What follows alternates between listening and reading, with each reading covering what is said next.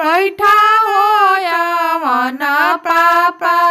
सोफावा बैठा बैठा कवन पापा सोफावा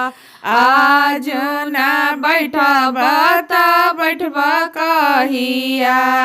आज ना बैठबा त बैठबा कहिया बैठा बैठा हो बेटी के पापा कुरुसी बैठा बैठा हो बेटी के पापा कुरुसी मांगा मांगा हो बेटा के पापा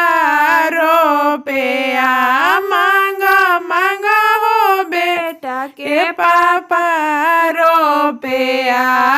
आजू ना मंगबा त मंगबा कहिया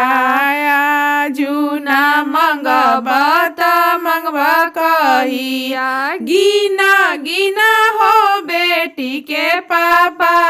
रुपया गिना गिना हो बेटी के पापा रुपया आजू ना गिना बाता गिनबा कहिया आजू ना गिना बाता गिनबा कहिया रूसा रूसा होया जनु दुल्हा चौका रूसा रूसा होया जानू दुल्हा चौका आजू ना रूसा बाता रुसबा कहिया आजू ना रुसबा त रुसबा कहिया बैठा बैठा हो बेटा के पापा बैठा बैठा हो बेटा के चाचा सोफावा बैठा बैठा हो बेटा के चाचा सोफावा बैठा बैठा हो बेटा के जीजा सोफावा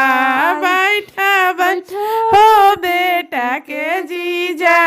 सोफावा आजू ना बैठबा त बैठबा कहिया आजू ना बैठबा त बैठबा कहिया।